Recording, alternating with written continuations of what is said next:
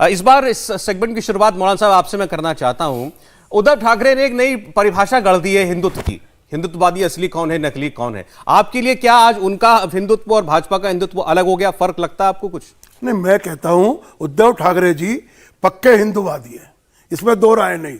उन्होंने अगर घंटावादी कहा है तो इसलिए कहा है भारतीय जनता पार्टी को हिंदू हिंदू एक है, दो नहीं हो सकता। लेकिन इसलिए उनको समझना चाहिए उद्धव ठाकरे जी की बात को। उद्धव ठाकरे जी ने जो कहा है घंटावादी, ये घंटा ज्यादा बजाते हैं, भगवान को कम पूजते हैं। अच्छा, इसलिए उन्होंने कहा। मैं परिभाषा बता रहा हूं उनकी आपको। और गदाधारी? गदाधारी कह दीजिए कि वो हनुमान के पुजारी भी हो सकते हैं, भगवान के पुजारी भी हो सकते हैं, सबके आगे माथा टेकते हैं। वो पूजा घंटियों के साथ होती है, गधे के साथ नहीं होती। तो इनको पता नहीं है क्योंकि इनकी आस्था का तरीका अलग है, इनको नहीं पता। पर मैं इनसे पूछना चाहता हूँ, एक सेकंड मौलाना साहब आप बीच में मत घुसपैठ करो। मौलाना साहब सार्वजनिक जगह पर भी आप बैठ जाओगे, आप 5 बार लाउड स्पीकर से भी बोलोगे और मेरे बीच में भी बोलोगे। ये घुसपैठ वाली राजनीति। आपकी बात पूरी हो गई थी, आपकी बात पूरी हो गई थी ना। अब मैं एक ही चीज पूछना चाहता हूँ, मौलाना साहब आदर पूर्वक बताइए कि एक गधा लेकर गए थे या घंटा लेकर गए थे जब संजय राउत ने कहा 17 मिनट में बाबरी के ढांचे को गिराया? और ये सेकुलर स्टेटमेंट है, ये समाजवादी भी जवाब दे और एनसीपी भी दे, क्योंकि दोनों लोग इससे भाग रहे हैं। पहले कह चुका आपसे, दोनों इससे सेकुलर नहीं है। मौलाना आप तो स्लीपर सेल है, अलग अलग पार्टियों में चले गए हैं, आप छोड़ दीजिए, जरूरत नहीं है। मैं कह चुका, वो आज हमारे मुख्यमंत्री है, मुख्यमंत्री का तो बाबरी का ढांचा गिराना सही है ना? बनता है नहीं, बाबरी का ढांचा गिराना सही है ना आपके हिसाब से? को सही बाबरी का ढांचा सही गिरा है ना? आनंद दुबे नहीं, एनसीपी और इनसे भी तो पूछिए, इनसे भी तो पूछिए। श्रीवास्तव जी ने तो बोल दिया, सेकुलरिज्म की वॉशिंग मशीन में धो दिया एनसीपी से कि हाँ शिवसेना सेक्युलर है। तो फिर आप उसके बाद एक बार ये भी बता दें आनंद दुबे साहब कि बाला साहब हों या उद्धव जी हों, जो गर्व करते हैं कि शिव सैनिकों ने गिराई थी बाबरी मस्जिद, ढाई थी, आज भी गर्व करते हैं कि नहीं करते हैं? आपने लगता है कल उद्धव जी का भाषण सुना नहीं सौरभ जी? उन्होंने पहले ही यही कहा कि उस समय ये जो आज के जो नकली हिंदू है कहां भाग गए थे? जब बाबरी ढांचे को शिव सैनिकों ने उस समय अपने जान की बाजी लगाकर ढाया था, तब बाला साहब ठाकरे जी ने कहा था कि अगर शिव सैनिकों ने ऐसा किया है तो हमें गर्व है। और एक मिनट सौरभ जी, जरा एक मिनट, एक और बात कहना चाहता हूं। बड़े बड़े ज्ञानी और महाज्ञानी लोग कह रहे हैं कि राजद्रोह लगा दिया। हाँ, लगा दिया। क्यों लगाया? विनय न मानत जलद जड़, गए 3 दिन बीत और बोले राम सकोप तब भयभीन होए न प्रीत। ये बिना भय के मतीन शेखानी पर लगा दो ना, ये नवाब मलिक पर लगा दो ना। मतीन शेखानी पर नहीं लागू होता। नहीं, मतीन शेखानी कहता है चुनौती मत दीजिए, छेड़ेंगे तो छोड़ेंगे नहीं। मतीन शेखानी पर नहीं लगा पाते। और इनको मतीन शेखानी पर शहजाद एक मिनट मैं देखना चाहता हूं, इस पर मैं देखना चाहता हूं बृजमोहन जी की प्रतिक्रिया दोनों बातों पर। उद्धव जी ने कल भी कहा मुझे गर्व है शिव सैनिकों ने बाबरी मस्जिद ढाई थी, क्या कहेंगे इस पर बृजमोहन जी? पहले इसी का जवाब दे दीजिए।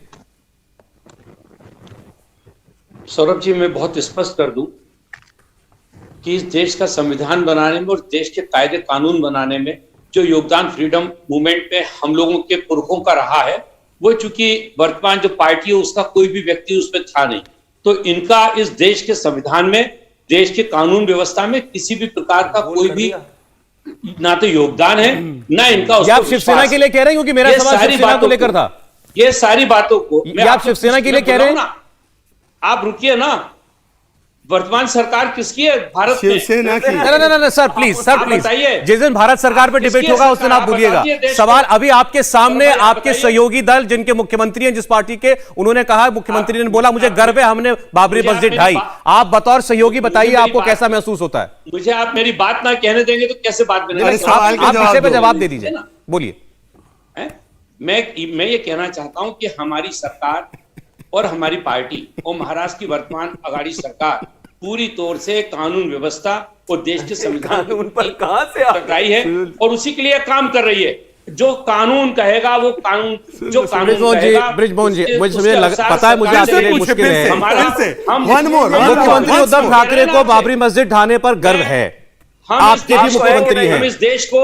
हम इस देश को चलाना चाहते हैं देश के कानून के अनुरूप। अरे वो सब हमको पता समझ आप चलाना 4 बार सवाल पूछ लिया, आपने जवाब नहीं दिया।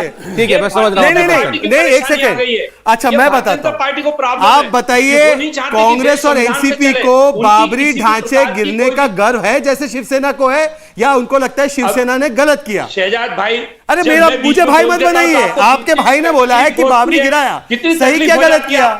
आपने मेरी बात अरे बोलो तो। ये चलिए पांचवी बार से हिंदू किनको लेकर बैठे? पांचवी बार से गद्दारी हिंदू किनके साथ बैठे हैं? गद्दारी हिंदू किनके साथ बैठे हैं? देखिए जरा। एक मिनट, बाबरी के विषय में एक मिनट शहजाद, एक मिनट, फिर एक बात आपने भी पूछ लिया, अब देखते हैं। बृजमोहन जी बोलिए। देखिए, मेरा इस मामले में बहुत स्पष्ट कहना है, हम तीनों की जो सरकार है एक कॉमन मिनिमम प्रोग्राम पे काम कर रही है। उसमें राम मंदिर और उसमें बाबरी पे बोलना मना है। किसी भी दल ने अपनी कोई विचारधारा से कोई समझौता नहीं किया है। अच्छा, ठीक, चलिए अब मैं दूसरी बात पे आता हूं जो आपने, ठीक है, चलिए ठीक है, मैं जो विषय आपके लिए असहज है आप उससे बचेंगे, ये स्वाभाविक बात है। कॉमन मिनिमम प्रोग्राम पर सरकार चल रही है, उसमें हिंदुत्व नहीं है, ये उनका जवाब है। चलिए ठीक है, उनका जवाब आ गया कि भाई ये हमारे विषय में नहीं है, ये सिलेबस के बाहर का क्वेश्चन है। मतलब शिवसेना जो पार्टी गर्व करती है। अब दूसरा सवाल, अब दूसरा सवाल भाटी जी से, दूसरा सवाल भाटी जी से। अभी चौपाई पढ़ करके आनंद दुबे जी बता रहे थे कि हमने राणा दंपत्ति के ऊपर राजद्रोह का मुकदमा क्यों लगाया है? भय पैदा करने के लिए, डर पैदा करने के लिए भाटी जी, केवल डर पैदा करना है, इसलिए राजद्रोह लगाया गया है। उन्होंने ये नहीं बताया कि उन्होंने किया क्या था जिस वजह से लगाया। एक सेकंड भाटी जी, आपने भी डिफेंड किया कि राजद्रोह लगाना ठीक है। देखिए, जो नवनीत राणा का ऐलान था कि हम महाराष्ट्र के मुख्यमंत्री के घर के बाहर जाकर सड़क पर हनुमान चालीसा पढ़ेंगे, वो किसी भी दृष्टिकोण से उचित नहीं है और ऐसे व्यक्तियों के खिलाफ कार्रवाई की जानी चाहिए, कानूनी कार्रवाई की जानी चाहिए। लेकिन अगर कोई सरकार ये कहती है, भय किस में होना चाहिए? भय अपराधियों में होना चाहिए, जो देशद्रोही हैं उनमें होना चाहिए, कानून का भय होना चाहिए। लेकिन मैं स्पष्ट तौर पर ये कहना चाहता हूँ सौरभ जी, बड़ी ईमानदारी के साथ, कि चाहे मेरी पार्टी का व्यक्ति हो, चाहे विरोधी पार्टी का हो, चाहे हिंदू हो, चाहे मुसलमान हो, जो भी सांप्रदायिक सद्भाव बिगाड़ने का प्रयास करता है वो देशद्रोही है। उसके खिलाफ सख्त से सख्त कार्रवाई की जानी चाहिए। हर पार्टी में कुछ गलत तत्व भी होते हैं।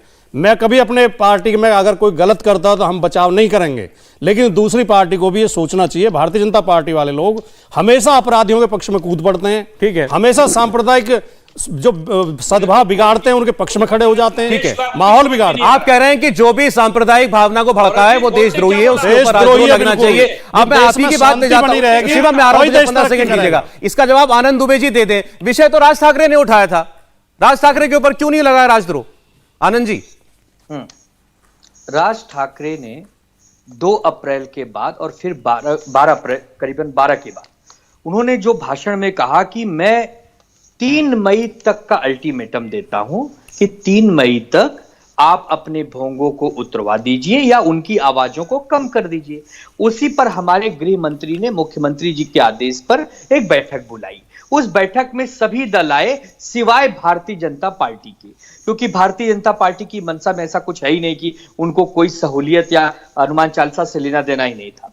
और उस बैठक में फैसला लिया गया कि जो सुप्रीम कोर्ट का आदेश है कि रात को 10 बजे के बाद और सुबह 6 बजे के बीच में जो आवाज नहीं होता नहीं होगी, पूरे देश में मान्य है। और जो पुलिस ने नोटिस दे रखी है कि भाई अगर आपने परमिशन नहीं ली है तो ले लीजिए, और अगर ले ली है तो उसका हमें सूचित कर दीजिए, जो डेसिमल अलाउ है उतने पर ही बजाइए। तो इन सब चीजों को लेकर तो आप महाराष्ट्र के अंदर, महाराष्ट्र के अंदर, मोहन साहब माफ कीजिएगा, मुझे सही अल्फाज नहीं मालूम है, लेकिन जो पहली दो अजानें होती है 6 बजे के पहले, अब वो नहीं होंगी महाराष्ट्र में,